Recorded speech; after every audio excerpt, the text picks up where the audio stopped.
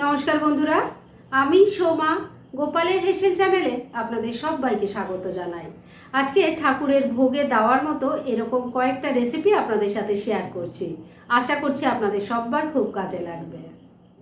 আজকে ঠাকুরকে ভোগ দেওয়ার জন্য একটা থালি প্রস্তুত করছি, আর তার জন্য আমি প্রথমে লুচি বা পুরিটা তৈরি করে নেব।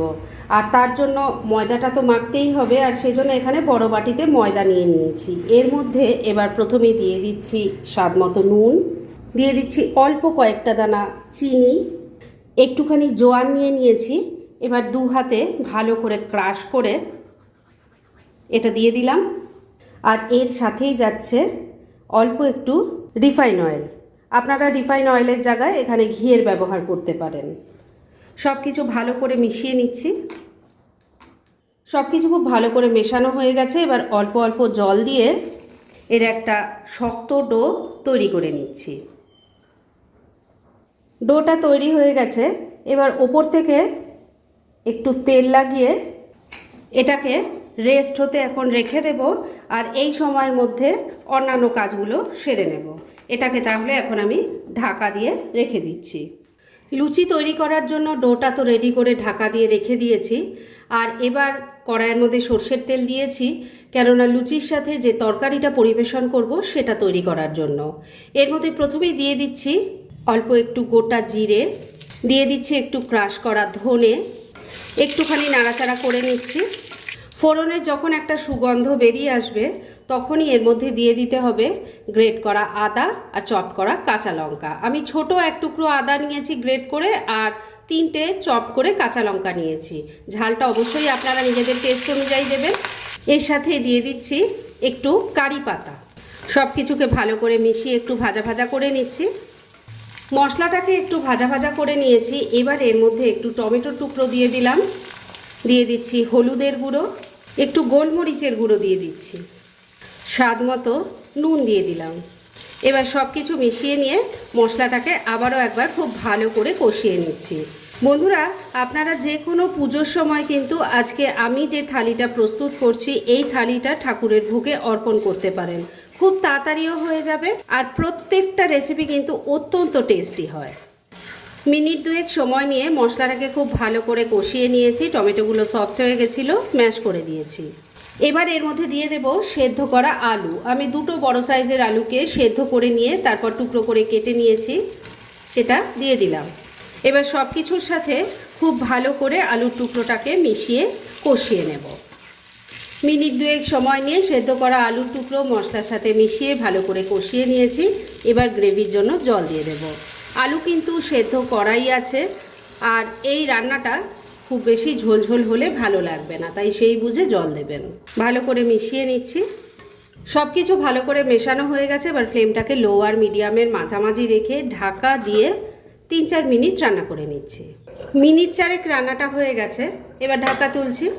রান্নাটা কিন্তু মোটামুটি রেডি হয়ে এসছে। আমি একটু ঝোলঝোল অবস্থাতেই নামাবো, কেননা এটা যখন ঠান্ডা হবে অনেকটাই ঘন হয়ে যাবে। তবে শেষ পর্যায়ে এর মধ্যে দিয়ে দেব একটুখানি ক্রাশ করা কাসুরি মেথি। আপনাদের কাছে ধনে পাতা থাকলে সেটাও কিন্তু কুচি করে দিতে পারেন। ভালো করে মিশিয়ে নিচ্ছি।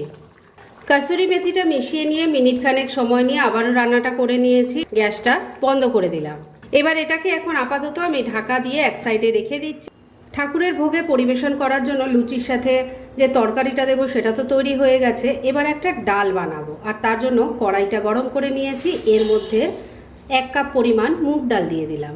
ফ্লেমটা কমে রেখে ডালটাকে ড্রাই রোস্ট করে নিচ্ছি।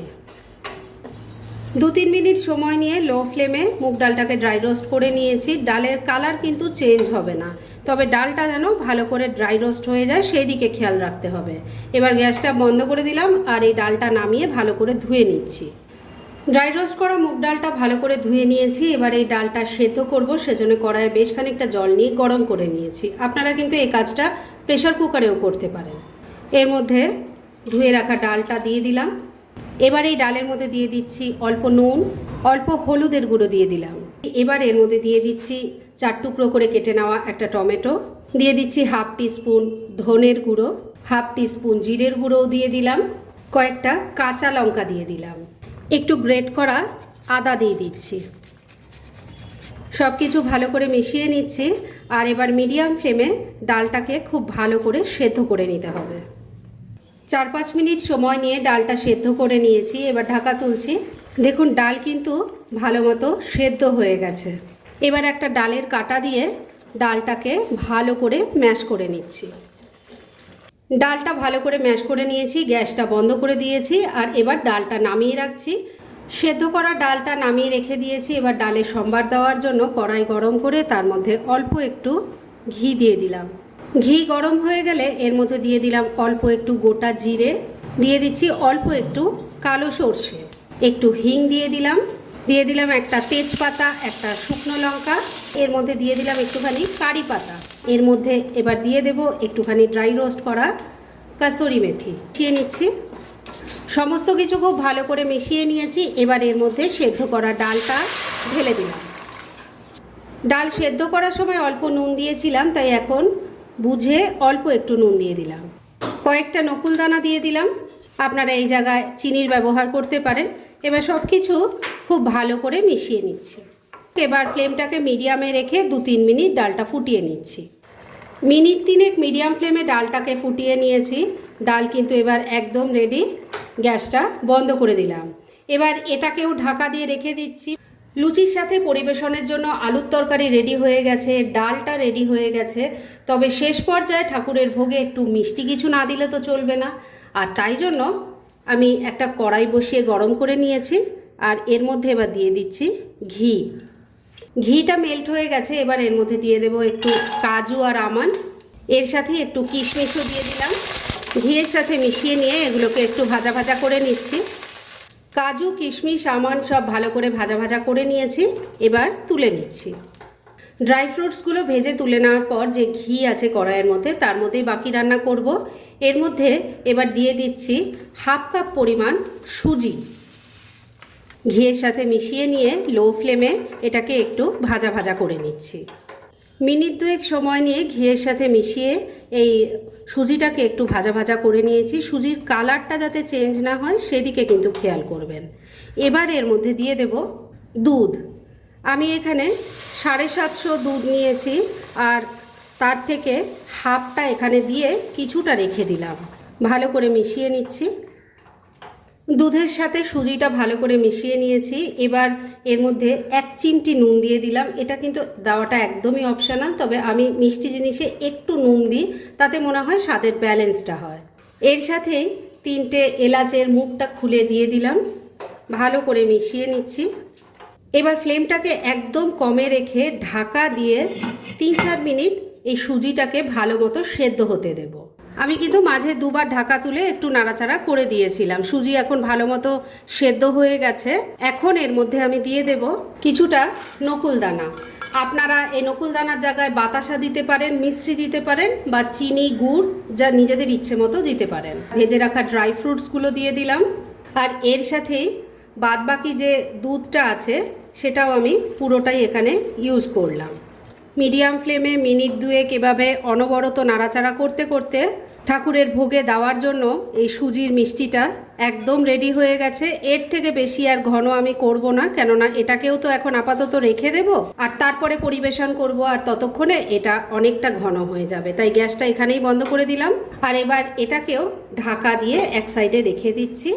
ভোগে পরিবেশন করার জন্য অন্যান্য সমস্ত কাজ করতে করতে ডোটারও ভালো মতো রেস্ট করা হয়ে গেছে। এবার এটাকে আবারও একটু ভালো করে মেখে নিয়ে এর থেকে ছোট ছোট করে লেচি কেটে নেব। ডোটা ভালো করে আবারও একবার মেখে নিয়ে তার থেকে ছোট ছোট করে লেচি কেটে নিয়েছি। এবার একটু অয়েল ব্রাশ করে লুচিগুলো বেলে নিচ্ছি। কয়েকটা লুচি বেলে নিয়েছি। আর এবার লুচি ভাজার জন্য কড়াইয়ে তেলটাও গরম হয়ে গেছে। এবার একটা একটা করে দিয়ে দিচ্ছি ভাজার জন্য। একটা লুচি ভাজা হয়ে গেছে, তুলে নিচ্ছি।